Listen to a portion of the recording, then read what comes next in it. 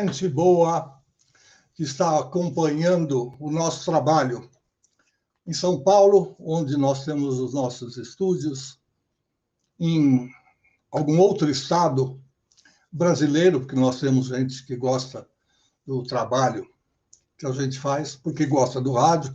E neste ano do centenário, nós estamos homenageando, e essas imagens vão ficar para sempre, nós estamos homenageando os 100 anos de rádio, conversando com pessoas que fizeram parte desse rádio.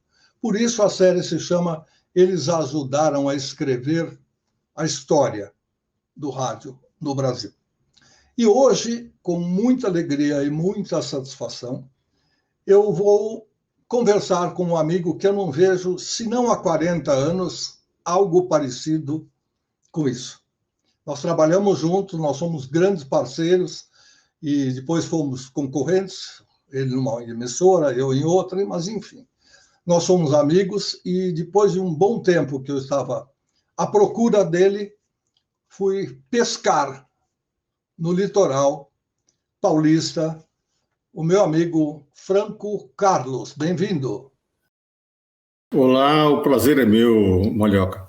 Você sabe que a gente viveu uma vida muito grande, né? Desde muito tempo, e a gente trabalhou junto, né? Sempre de forma amigável e sempre de forma a nos comunicarmos sempre, né? Inclusive eu, quando fora do Brasil, tentei entrar em contato com você muitas vezes, e é importante o trabalho que você está fazendo, é importante porque nós vivemos hoje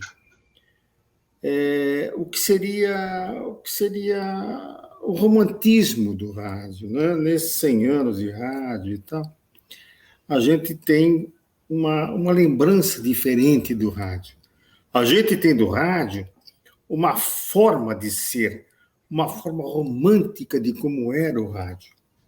Isso antes de TV que estava engatinhando, isso antes de internet, que a gente nem sabia o que era isso, e foi só na década de 2000 que começou a engatinhar, né, a internet, que era muito complicado e tal, mas foi um grande prazer falar com você. Bom, isto posto, eu concordo com você, nós fomos felizes, inclusive, porque pudemos participar de um rádio maravilhoso, um rádio que tinha a comunicação direta, e essa é a grande função do rádio, né? Ele pode usar plataformas outras, ele pode ter nomes diferenciados, como agora todo mundo descobriu uma coisa nova, né, que é algo que nunca os jovens tinham ouvido falar, mas é rádio. Entendeu? Então, nós estamos em todos os canais, você pode ver aí na nossa tela o ícone dos canais em que nós transmitimos e você pode acompanhar, inclusive, o áudio. Então, vamos começar, para não perder tempo, porque o tempo urge, perguntando ao querido Franco Carlos. Naquele tempo, a gente brincava nos interiores ou nos bastidores do rádio. Será que o nome dele é Franco Carlos mesmo ou é Francisco e ele diminuiu para não parecer com aquele cantor Francisco Carlos, que era um imitador do Nelson Gonçalves e de outros da época, e aí ele tinha bastante sucesso, as meninas gostavam muito, rasgavam a roupa dele no Cine Cruzeiro quando ele fazia show, e era o famoso Francisco Carlos. Então, vamos lá. Quando você foi batizado, foi de quê? O seguinte, na época, eu gravei um CD pela RGE como o Francisco Carlos, mas não podia usar esse nome, porque já existia o Francisco Carlos, então eu tive que mudar. E uma pessoa me batizou, atrás um operador de som, me batizou como não, vamos botar Franco Carlos. Isso há 200 mil anos atrás. Então foi daí que surgiu o Franco Carlos e hoje nem me lembro do Francisco Carlos, claro que eu sou eu. E nessa fase inicial da carreira, quando eu gravei o primeiro CD pela RGE, então se tornou por bem trocar o nome para não intervir, né, com o Francisco Carlos, que na época era famoso e tal, aquele negócio todo. Então foi aí que surgiu isso. Então procede o que a gente estava discutindo nos bastidores, eu vou falar para você do fundo do meu coração. Eu não sabia. Eu nunca tive essa certeza. E nem sabia que você tinha começado antes gravando. Eu sei que você gravou compactos, acho que gravou um LP também. Se eu não me engano, um grande amigo nosso, que era do grupo da Rede LC, muito amigo da nossa querida Marcélia, Jean Garfunkel, e tinha o irmão também, eles compunham juntos, eles faziam música. Se eu não me engano, você chegou a gravar uma dessas músicas dele. O Jean Garfunkel é um pseudônimo, tá? E ele fez uma tradução para mim de uma música tal, internacional, foi muito bom, vendeu bem. E o Jean Garfunkel não era Jean Garfunkel. Ele botou um pseudônimo. E nesse compacto, eu lembro que a gente usou um selo da LC, que foi o Play, que não foi da RGE na época, né? E eu trabalhei na LC durante 10 anos também, né? Aquele negócio todo. Agora, se você quiser voltar para trás, quiser voltar alguns anos atrás, a gente pode começar, se você permitir. Então eu quero começar com você sabendo onde você nasceu, em que cidade, que estado, e depois como é que você fez os seus primeiros estudos antes de pensar em ir para o lado artístico. Eu nasci em São Paulo. Nasci em São Paulo, lá no Alto de Ipiranga, numa rua que enchia d'água, barbaridade, quando chovia. E fui levado para o rádio, nessa época, pelo meu tio Nino Silva. Na época era muito famoso. E eu tinha um programa e fui levado pela Rádio Cometa de São Paulo. Não sei se você lembra disso, acho que pouca gente lembra. Né? Programa não, da rádio sim. Rádio Cometa, você lembra disso? A Rádio Cometa de São Paulo? Sim, me lembro da Rádio Cometa, mas não me lembro de programas da rádio, porque eu era meio... Não. Eu comecei lá, o meu programa era sertanejo, e depois de mim tinha o Zé Bétio. Olha só. Era cru. E nessa fase da Rádio Cometa, por exemplo, depois do Zé Bétio, que negócio todo, quem colocou o Zé Bétio no rádio foi meu tio Nino Silva. Isso foi em 69, meu amigo. Então, eu tinha 17 anos na época. E o importante é o seguinte, que eu já tinha aquele mito do rádio dentro de mim. Eu já vivia aquilo dentro de mim. E essa fase que começou aí, começou nesse ponto, começou dessa maneira, começou dessa forma. A partir daí, então, eu fui para frente, né? Você, quando começou a estudar, foi lá na região do Ipiranga mesmo e tal, você tinha esse hábito de aparecer mais que os colegas na escola, vamos dizer assim, na hora de ler algum texto na aula de português, sim, escolhiam sempre você? Os sim, nossos entrevistados, inclusive eu que não sou da área de microfone, eu tinha esse lado aí. A gente ou queria aparecer ou aparecia porque alguém achava que a gente tinha algo diferente. Tinha, sim. Tinha que eu gostava muito, né? Tinha porque eu gostava muito.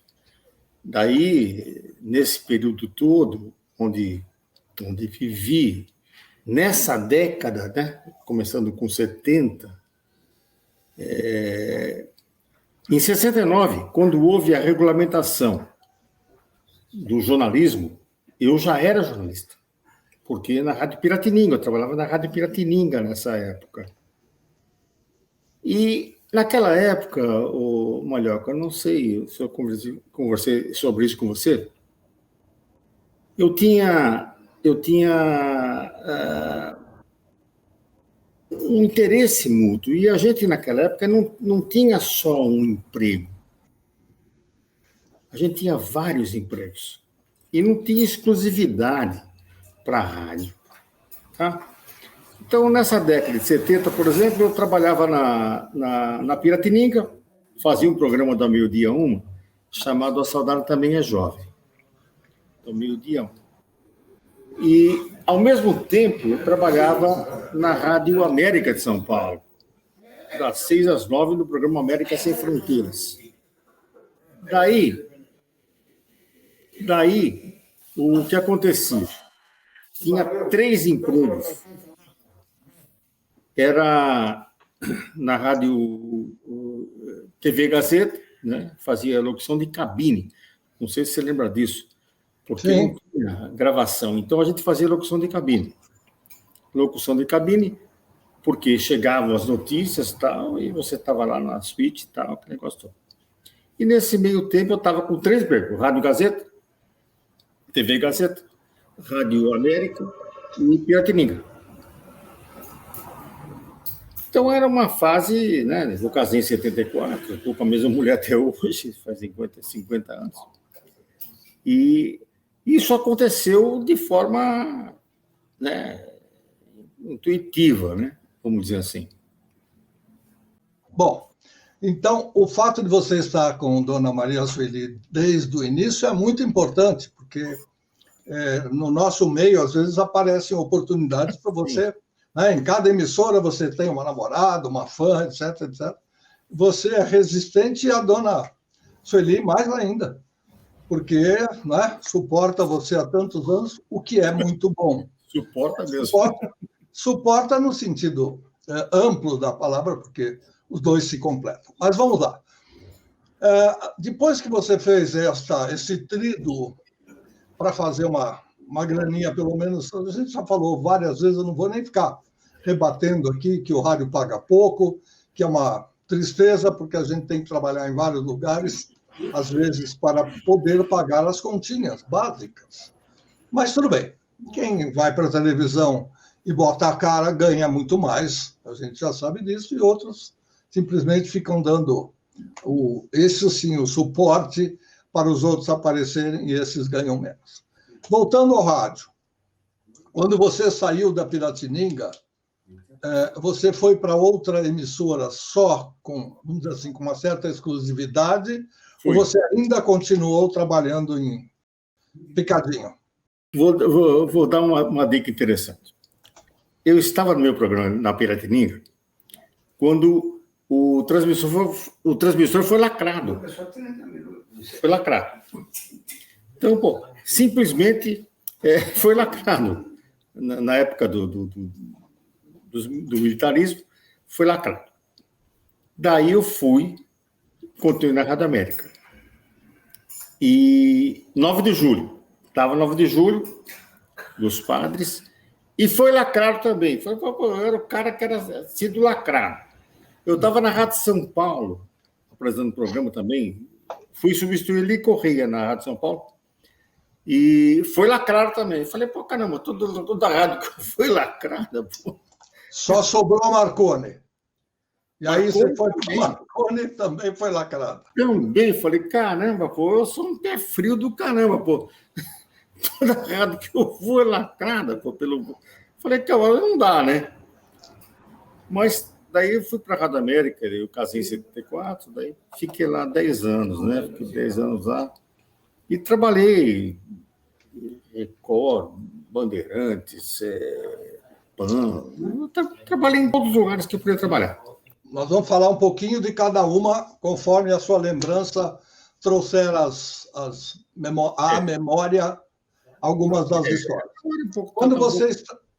Está um pouco curta hoje. Menor está um pouco curta hoje. Não... Tem importância. A gente cutuca aqui, cutuca ali, vão surgindo. Nesse bate-papo sempre surgem coisas interessantes. Não, por exemplo, na Globo, por exemplo, década de 80, vamos falar por década. A gente não tinha outros meios de ganhar dinheiro a não ser fazendo show. E eu devo muito à Rádio Globo por isso. Devo muito à Rádio América, devo muito à Rádio Globo, devo muito até a Piratininga, devo muito a esse pessoal todo. Porque eles me davam espaço para divulgar os shows.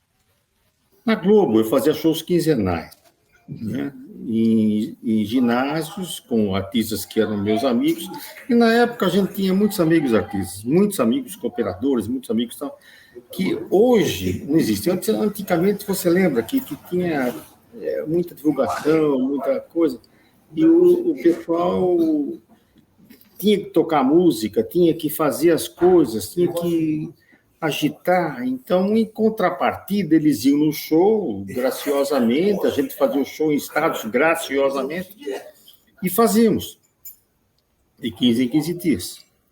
Eu lembro que a gente inaugurou, por exemplo, o Parque do Carmo, na década de 80, o prefeito era o Mário Covas, o velho, né? Nós botamos lá 400 mil pessoas, graças à Globo. Porque na Globo, veja, nós tínhamos uma equipe infernal. Ele corria cedo, das 6 às 9, 9 às 10 o Afanásio, e eu das 10 ao meio-dia comigo. Ele voltava ao meio-dia, depois tinha o Altieres às 3 da tarde. Nosso eterno de futebol, o Osmar Santos comandava a equipe toda, quer dizer, a gente tinha Celso ali do lado, né? Você atravessava a porta, estava nesse Celso. Uhum. Então, Faustão, Osmar, então, a gente trabalhou ali. Durante esse tempo todo, a gente viveu uma fase romântica do rádio, porque o rádio não tinha aquele aspecto de TV. A TV depois veio para dar um pouco mais de emoção, as pessoas quererem aparecer mais, tal. Então era eu, Barros Alencar, aquele pessoal todo lá, eu participei, eu fui jurado de Chacrinha, fui jurado do Gugu, fui jurado do Bolinha, fui jurado um monte de coisa. Uns 44 anos, 45. Olá, dona Sueli chegou, bem-vinda. Oi, tudo bem? Ele está numa entrevista falando sobre a história da vida dele para o rádio, e nós agora há pouco comentamos, eu mesmo brinquei, perguntei se a senhora estava por perto, ele falou que não, mas agora nós vamos prosseguir com muitas histórias que depois a senhora vai acompanhar aqui no YouTube, ok? Ok, um abração. Um prazer em conhecê-la pelo vídeo. Igualmente. Tá bom. Vamos lá, vamos prosseguir.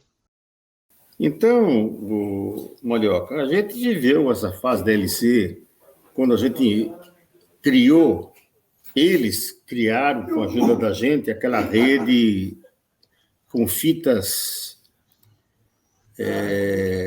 transportáveis, né? A gente inventou nome, Ana Maria, inventou pesquisa, inventou um monte de coisa.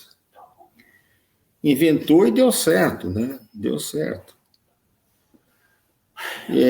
Eu viajei pelo país inteiro implantando redes, implantando rádios e, enfim, dando...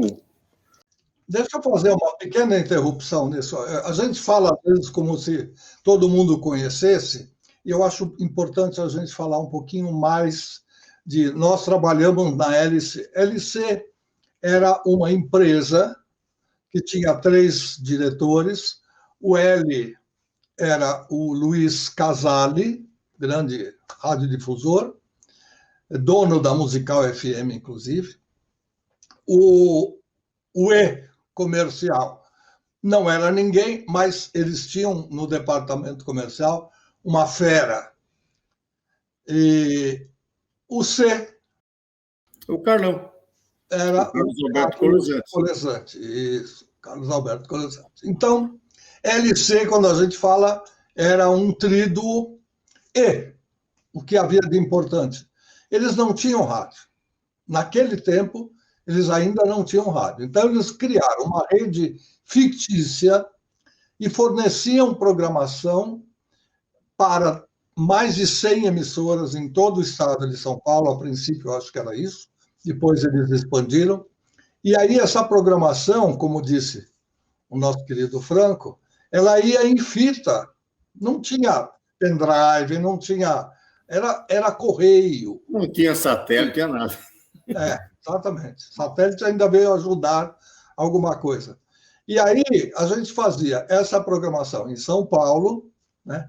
Tínhamos a Susana Sherman, o Ronaldo, que fazia muito bem a programação junto com ela, e eles produziam essa coisa toda, e tinha um departamento chamado CPM, Criação, Produção e Marketing, que dava o suporte para as emissoras, para elas fazerem as aberturas, para elas fazerem a divulgação, as chamadas e tudo mais. Bom, então, quando o Franco fala que ele saiu implantando, é porque eles conseguiram depois fazer uma joint venture, vamos dizer, que é um termo mais atual, com a Rádio América, dos padres, né, dos paulinos.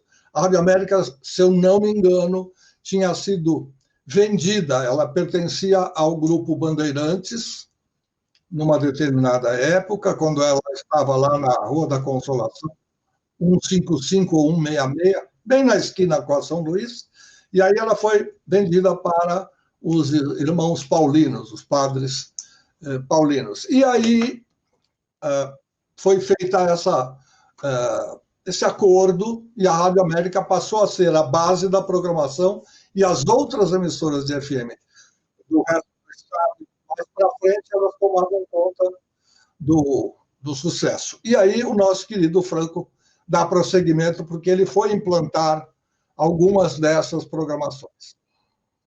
Sim, o caso é o seguinte: todas as rádios dos padres eram deficitárias. América de São Paulo, Carioca do Rio de Janeiro, Cultura da Bahia, Olinda, em Recife, eram todas deficitárias. Quando ele assumiu a Rádio América e pegou lá a Rádio América e definiu uma programação, eu fui um dos poucos remanescentes que ficou lá, mas era baseado em pesquisa, baseado em fatos, né? Então, nessa época também estava mal das pernas. Mas quando ela assumiu isso, depois ela teve outras rádios, a Rádio Universal de Goiânia, a Rádio Universal de São Roque, acompanhamos tudo isso. Eles eram ótimos para gerir emissoras de outros, mas eram péssimos para gerir as próprias emissoras. Tanto que deu em nada, né? São Roque, Goiânia e tal, e a gente fez tudo isso. Botucatu, em Agudos, né? Que teve a Rádio Agudos também e tal. Foi uma fase muito interessante. Foi uma fase muito interessante, porque conseguimos botar a rádio em primeiro lugar. Era a FM dos pobres, como diziam. Baseado em pesquisa, no América da Ubis, baseado no Roberto Carlos Especial, tocou a música de Roberto. Roberto conversou comigo e falou: pô, isso aí é horrível, não vai dar certo, pô, vai botar a minha roupa, vai me queimar. Nada disso aconteceu. A gente, naquela época, tinha muito contato com artistas, porque era uma simbiose, cara. Então, Fagner, Elis Regina, Gonzaga, todo mundo que você possa imaginar esteve com a gente. E nessa fase, onde eles mostraram a capacidade de empreendedorismo, a capacidade de fazer com que uma rádio deficitária se transformasse em alguma coisa rentável, foi muito importante. Então, eles fazem parte de uma história. Eles têm até um livro que foi lançado há pouco tempo. Eles fazem parte de uma história grande do rádio. Grande do rádio. Eu lembro que nessa época o rádio, como disse, era mais romântico, era mais companhia, era mais ilusão. A gente conseguia, através do rádio,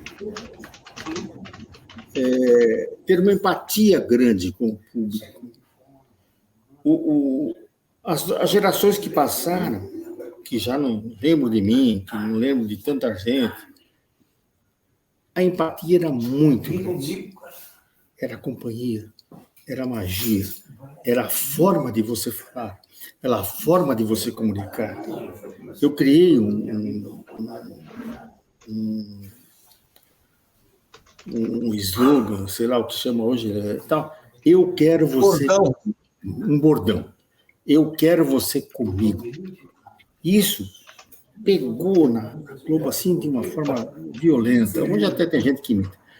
Mas o rádio, na nossa época, e eu digo isso porque já faz décadas, e os nossos ouvintes hoje, eles já não são, sei lá, uma grande parte já foi embora, ou outras, sei lá, não tem. Mas nós vivemos, você viveu, nós vivemos uma época de ouro, cara. Vivemos uma época em que o rádio era magia pura, era magia de você transformar as pessoas, de você ligá-las a você.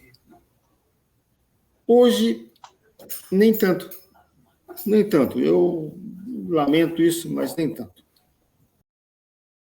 O que acontece é que, eu diria, nós vivemos uma época em que, primeiro, eram poucas emissoras, a gente tinha muito mais gente acompanhando a gente por espaço, né? Porque hoje, se você for dividir, a população cresceu muito, mas o número de emissoras triplicou ou quadruplicou. Além das emissoras tradicionais, nós temos emissoras piratas, fazendo parte do dial. Vez ou outra a Anatel vai lá e dá uma dizimada, e dali 15 ou 20 dias eles aparecem em outra frequência, né? Agora já estão invadindo a E-frequência, ou seja, a frequência estendida, e vão fazendo o que eles querem, e obviamente eles têm ouvintes, né?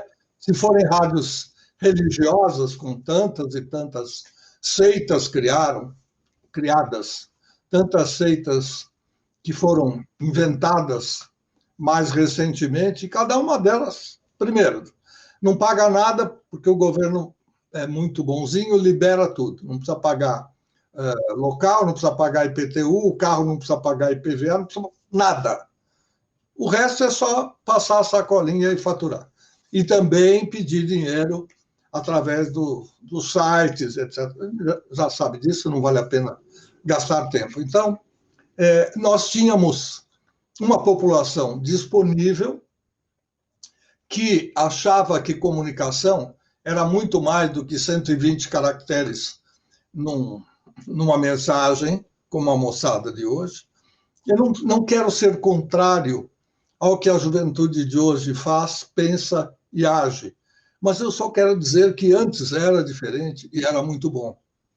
O que o Franco falou, quando você criava um bordão e você trazia o ouvinte para perto de você, ele era fiel.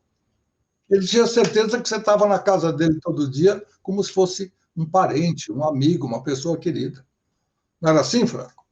Claro. Tanta verdade que até hoje, depois de 40 e tantos anos, eu tenho pessoas que falam, pô, eu te ouvia na Globo, te ouvia na Record, te ouvia tal. E até hoje. E eu fico muito feliz com isso, porque significa que eu não fui completamente esquecido. E o importante disso tudo é que eu faço questão de salientar, Malhoca, questão de salientar. O rádio era magia, o rádio era ilusão. Eu trabalhei na Rádio São Paulo, por exemplo. Eu trabalhei com o Mar Cardoso. Eu trabalhei com a Janete Clerc, que escrevia as novelas da Rádio São Paulo, na época, na 24 de maio. Então, a gente sentia aquele sistema emblemático de que a pessoa acreditava naquilo. Eles viviam aquilo. Por quê? Porque eles botavam o radinho do lado e colocavam e ouviam e sentiam.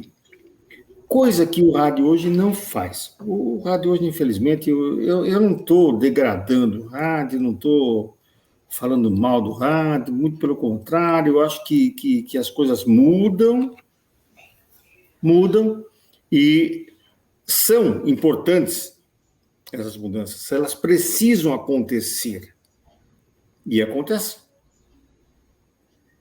A rádio segmentada hoje já era um projeto antigo, a rádio segmentada. Quando a Rádio América tinha o FM, por exemplo, que o Walter Negrão comprou o FM servia para quê? Servia para mandar som para a torre. Não era uma rádio independente. Então, depois virou uma rádio independente. E o Negrão comprou a Rádio América, que virou Antena 1. Eu fui contra isso. Quem sou eu, cara? Na época, o que eu podia fazer? Nada. A gente fica pensando aqui, será que os paulinos não se arrependeram de não ter ficado com um FM tão forte quanto que ele representa hoje? Agora, tem aquela coisa de cada macaco no seu galho, com todo o respeito. Todas as partes vamos dividir em partes, a religião católica. Então, você tem os agostinianos, você tem os paulinos, você tem os salucianos, enfim, você tem N divisões da igreja, e todas elas têm o lado da comunicação, eles até, eu diria que eles facilitam o estudo de alguns alunos, notadamente aqueles que estão começando, que querem ser padres, que estão lá na fase inicial, nos estudos ainda, né, no período de estudo, eles facilitam dizendo, olha, você quer ir para a área de comunicação? É importante, a gente vai ou pagar uma faculdade para você, ou então você entra numa faculdade estadual, federal, se existir, de comunicação, na região em que estão, e aí você vai estudar para cuidar da nossa parte de divulgação e tal. Isso é muito comum. Mas não quer dizer que aí você tem um radialista. Eu lembro do seguinte, cara. Os padres não entendiam nada de rádio. E eu trabalhei com padres durante muito tempo. Não entendiam nada de rádio. Eles entendiam malemar, os paulinos principalmente, malemar de livros, porque depois até os próprios livros perderam para as irmãs paulinas aquele negócio todo. Os padres pecaram porque não se profissionalizaram. Eles eram simplesmente dono da rádio. Pronto, sou dono da rádio, acabou.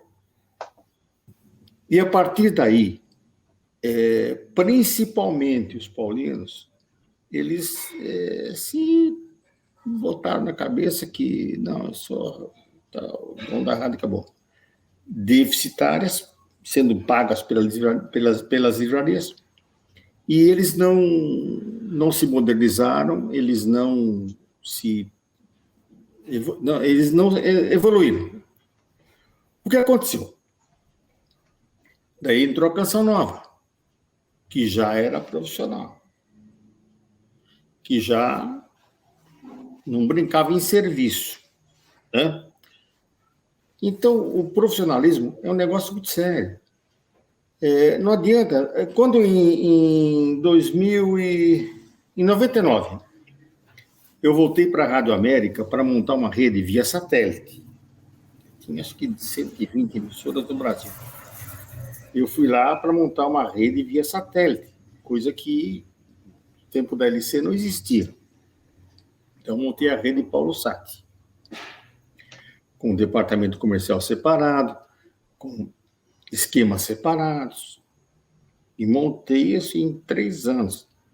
Montei essa rede via satélite e tal, que foi um negócio grande.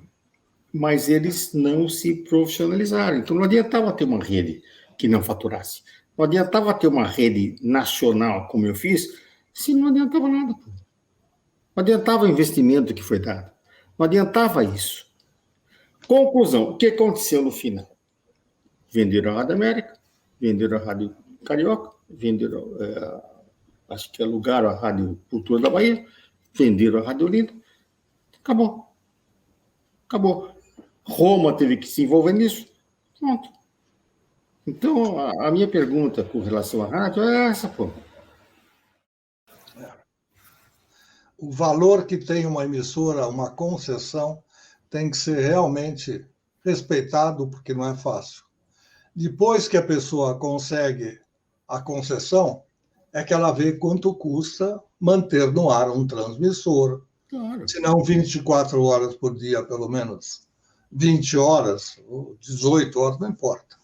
É caro, a energia elétrica é alta, e aquilo depende de energia o tempo todo, mais gerador, e etc. E folha de pagamento, que se você não tiver um bom trabalho, você não consegue bancar. Bom, Franco, você parou de fazer rádio em que ano e por quê? Na década de 2000, entre 2000 e 2006. Primeiro porque eu já não estava com paciência nem saúde suficiente para isso. Eu já tinha cansado disso, sabe? De ver tanta iniquidade, tanta bobagem em termos de... Tanto amadorismo. Não dava, cara. Eu ganhei muito dinheiro em rádio.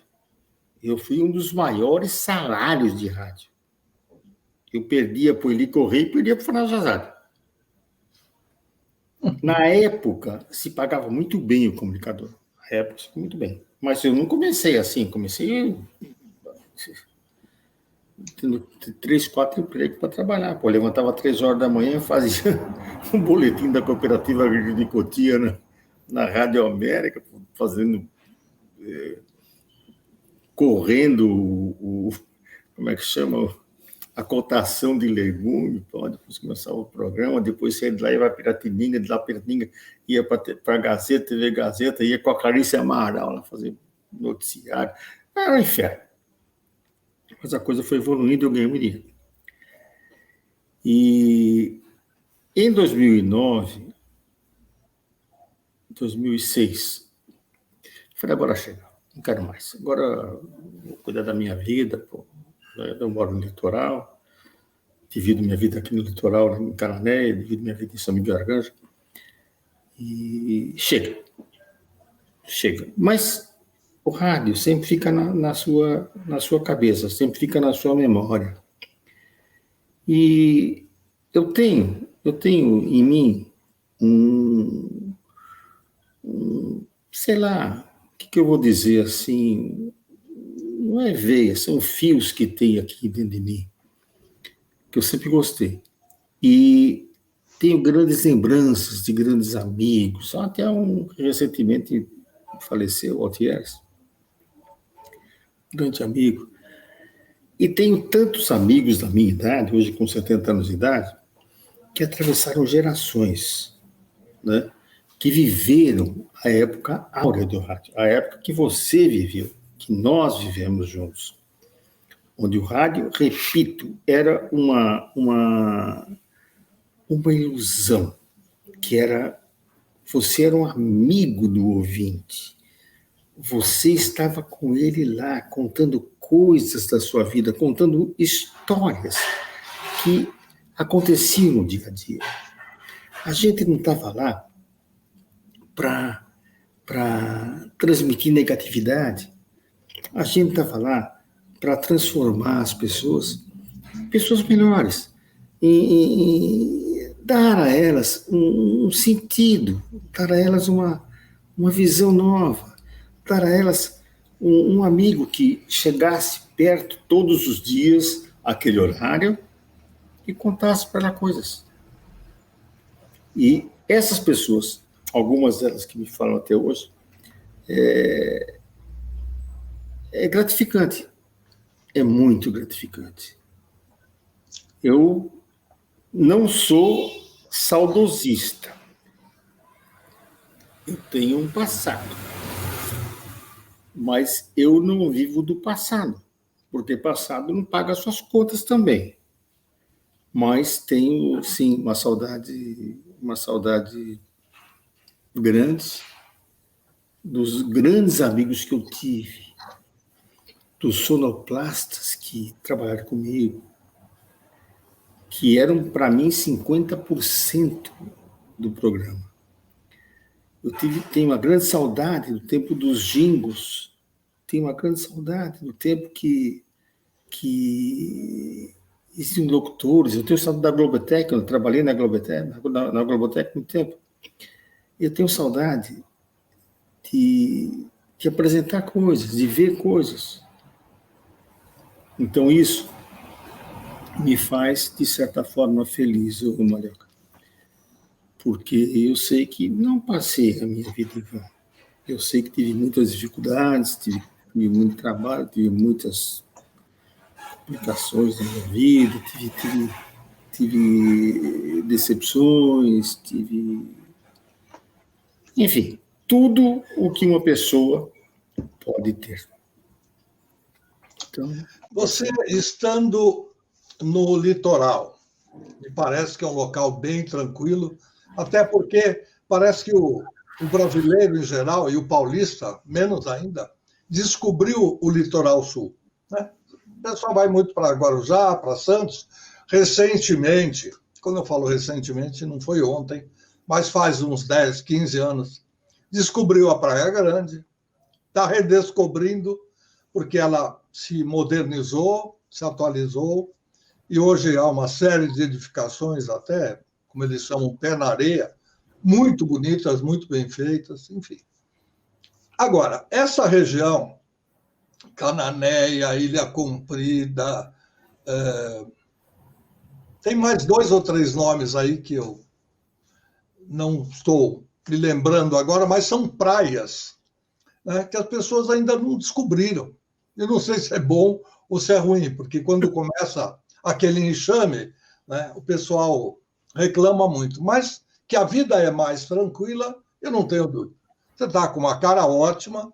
Eu, se fosse algum empresário, sabendo do seu passado, sabendo do seu currículo e sabendo daquilo que você, da sua competência, daquilo que você é capaz de fazer, eu convidaria você para fazer papel de novela, ainda que com ponto eletrônico, se você não conseguisse decorar muito, coisa que eu não consigo, mas está com uma imagem excelente e tal. Deixa eu fazer uma perguntinha, brincadeiras à parte. Aí onde você vive, não te chamam para ser mestre de cerimônias, para abrir determinados programas? Ou, vamos dizer, a parte da prefeitura? Ninguém sabe que o Franco Carlos está lá? Tem. Tem, e eu recuso educadamente, porque eu quero manter uma certa privacidade, e alguns poucos amigos tal, mais chegados, eu comento algumas coisas, mas não comento tudo também. Então, aqui Cananéia é um paraíso, né, cara? Por enquanto, ela embora já tenha sido descoberta, né? Ela não está assim muito divulgada. Logo vai acontecer, né? Vai acontecer. Então, a minha vida é uma vida tranquila. Tenho, lógico, as minhas recordações, tenho as minhas maneiras de viver, tenho as minhas formas de ver, vou na praça todos os dias, conversar com os meus amigos, tá? E, às vezes, alguns nem fazem isso.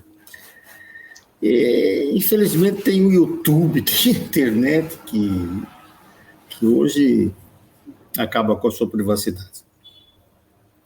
Mas, uma coisa é certa, é importante que você viva os momentos da sua vida, principalmente na cidade, de forma tranquila, de forma a você perceber que o nosso passado,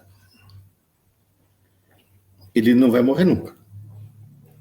O nosso passado, com todos os problemas que tivemos, com todos os reveses que tivemos, continuam dentro da gente. Isso é inexorável, né? Continua dentro da gente e vamos levando a vida, cara. Tal.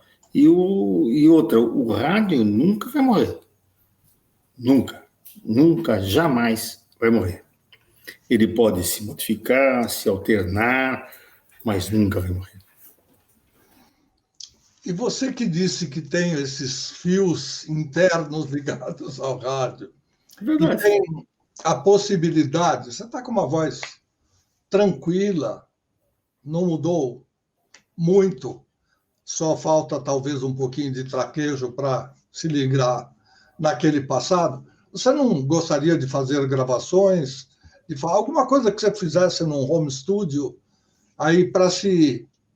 mais para diletantismo do que para ganhar dinheiro, mas também ganhando dinheiro, ou você não está muito afeito às questões tecnológicas que exigem, sim, uma série de coisas, inclusive áudio, etc. Sim, sim. Eu me preocupo em me atualizar com tecnologia, me preocupo em atualizar com podcast, me preocupo com isso. Porque se você parar com relação a isso, você então para, né? Eu lembro que quando o primeiro contato com a internet, lá por volta de 99, 98, você lembra como era difícil aquele negócio, né? Telefone para poder funcionar e tal. Então, eu me preocupo em me atualizar com relação a isso. E me preocupo também em postar coisas, em dar opiniões, embora, claro, seja criticado muitas vezes, mas isso aí faz parte do jogo, né? Quando é que o cantor parou e deu vida ao locutor? Mais ou menos em que época? Olha, o cantor, ele foi cantor para incentivar shows. Então, quando eu gravei acho que uns 20 compactos, sei lá, LP, ele foi criado para incentivar shows. Porque, a bem da verdade, eu fazia show quinta, sexta, sábado, domingo, circo. Então, eu gravava em função disso. Tem as boas músicas, as primeiras foram uma porcaria, mas depois melhorou. Foi melhorando um pouco. Então, era mais por esse incentivo, né? Poder gravar para ter um negócio para trabalhar e tal. Assim. Quem produziu, você se lembra? Já que você falou que gostava tanto do pessoal de backstage aí, quem era o seu técnico de gravação? Vou chutar. Seria o Gunther Gilbert? Não vou lembrar, cara. Era o Reinaldo Mazieiro. Não sei se você lembra dele. Reinaldo era o Gamino Correia, que tinha a filha que tinha um sucesso grande. Tinha algumas pessoas muito boas. Você se lembra quem produziu o seu disco? Então, esses aí. O Reinaldo, que negócio. Eu vou lembrar agora, rapaz, da RGE, pô. O Martins, pô. Manuel Baraimbem, por acaso? Não. Manuel. Também, pô. Então, eu tive um pessoal bom. Tive na região um pessoal bom também. Eu tive maestros muito bons também, sabe? O Lenha Fieta, você lembra do Lenha Fieta? Maestro Lenha Fieta, sim, importantíssimo. É um cara bom. Então, eu tive boas pessoas que me ajudaram. Ainda terminando aquela parte que eu interrompi você do cantor, você disse que o cantor foi um personagem criado para dar força aos shows. O locutor já existia quando o cantor surgiu? O locutor, o apresentador, ele nunca saiu de cena. Ele sempre esteve em cena. Sempre, sempre, sempre. Foi a minha vida. Eu lembro que, durante uma época, eu enveredei pela direção de emissoras, né? Daí me afastei um pouco da locução para cuidar da direção de emissoras. Então, eu lembro de alguns nomes que eu coloquei no rádio, acreditando que eles eram bons, né? Eu fui diretor da Rádio Globo, artístico na época, eu fui diretor da Rádio América artístico, mais nove, com 25 anos. Por exemplo, eu lembro, quando o padre Marcelo Rossi tinha um programa na América,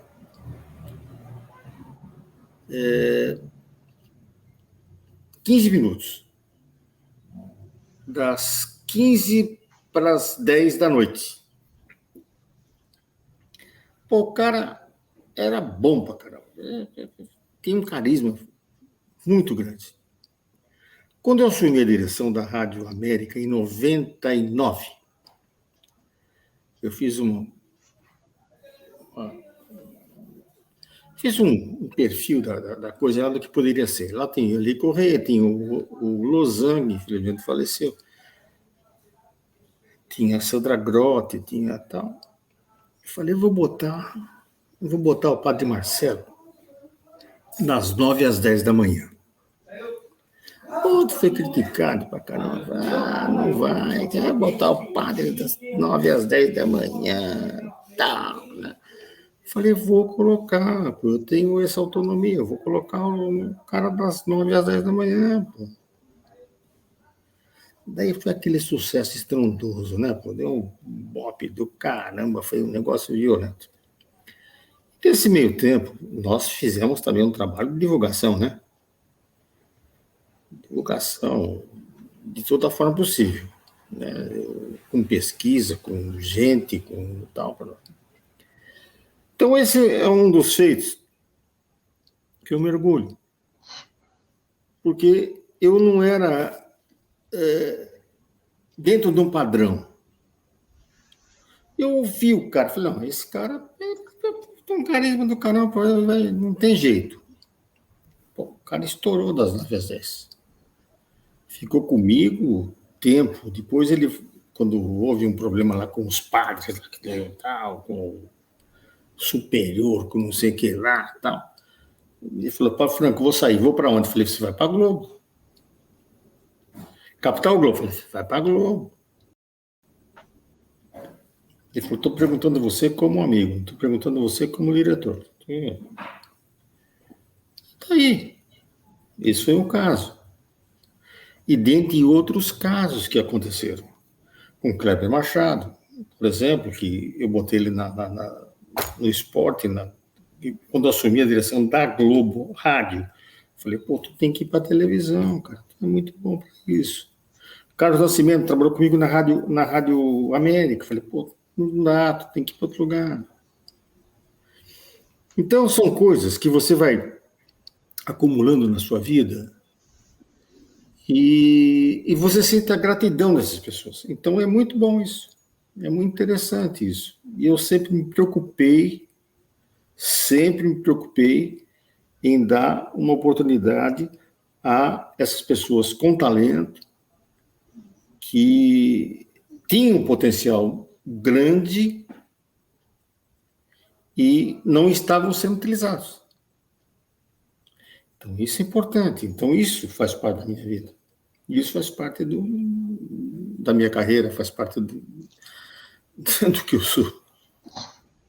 Franco, se eu disser para você que esse bate-papo está tão gostoso, está chegando ao final, porque, como tudo tem o seu começo, meio e fim, os programas também têm, e a gente tem que respeitar os horários, não só os nossos, como o dos nossos amigos espectadores, nossas amigas espectadoras.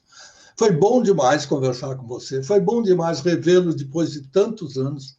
perceber que você está ótimo, não só com esse visual de ator de novela da Globo, ou de qualquer outra emissora, pode ser da Univision, lá em Miami, não importa. Está com uma pinta legal. A voz não se discute, porque sempre foi forte, bonita, grave e muito respeitada. Como é que é? Eu quero você comigo? Para você ver que esses slogans sempre ajudaram a você trazer para perto de você os seus queridos ouvintes que deram grandes alegrias aos donos das emissoras, aos diretores comerciais e aos comunicadores também, de várias etapas e várias épocas. Foi um prazer estar com você. Eu prometo, sem garantir data, que quando eu for aí pela região, eu vou confidenciar algo que não tem nada a ver com rádio. Eu tenho 2 terrenos comprados em Ilha Comprida para ajudar as irmãs que estavam necessitando. Eu estava na Rádio Excelsior. Júlio César Aredes Teodoro, meu grande amigo até hoje, foi lá dizendo: meu tio está vendendo uns terrenos para ajudar as freiras, você não quer ajudar? E eu peguei o meu primeiro saláriozinho na Rádio Excelsior e dei lá para comprar uma parte do terreno, depois paguei outras prestações. E hoje, quando eu vou lá, coisa que acontece muito passadamente, eu não sei onde está o terreno. Tem uma mata atlântica imensa, eles me venderam uma área que é proteção ambiental, mas eu ainda vou lá, porque eu pago IPTU, porque eu gosto de Ilha Comprida, então vou lá no Balneário Adriana, fui até assistir show em Réveillon, porque na avenida em que está o terreno, que é a Avenida São Paulo, tem um grande centro cultural da prefeitura local, etc. Então, quando eu for por aí, com um fim de semana um pouquinho mais largo, eu prometo que eu vou te visitar. Por favor, você tem meu telefone, a casa está aberta, muito obrigado por você ter entrado em contato comigo, e me perdoe por ter atrasado algumas vezes e tal, e enfim, fica com Deus. De ordem. E aos seus seguidores e esse pessoal incrível que te acompanha, e o trabalho que você faz, fique em paz. Valeu, Franco. Dê um grande abraço à dona Sueli, que já nos conhecemos muito rapidamente hoje no começo do programa, e aí, em breve, prometo que eu vou pessoalmente. Tem um outro amigo nosso, que acho que é comum até, o Severino, Antônio Severino Santos, que está sempre ligado em tudo que a gente faz. Quando tem evento, ele vem correndo e tudo mais. É um outro parceiro bom, querido, trabalha com a Paz, se eu não me engano. Mas aí a gente aproveita, faz uma visita e mata a saudade. Até breve, então, querido Franco. Um abraço, até breve. Amigos e amigas, esse foi Franco Carlos, nosso querido colega de longa data, que ajudou a escrever mais uma página da história do rádio no Brasil, nesse centenário, e que também está participando dessa série Vozes do Brasil. Como a gente já passou e já estourou o tempo, vamos encerrar o programa e, no meio da semana, ou na semana que vem, tem mais. Até lá!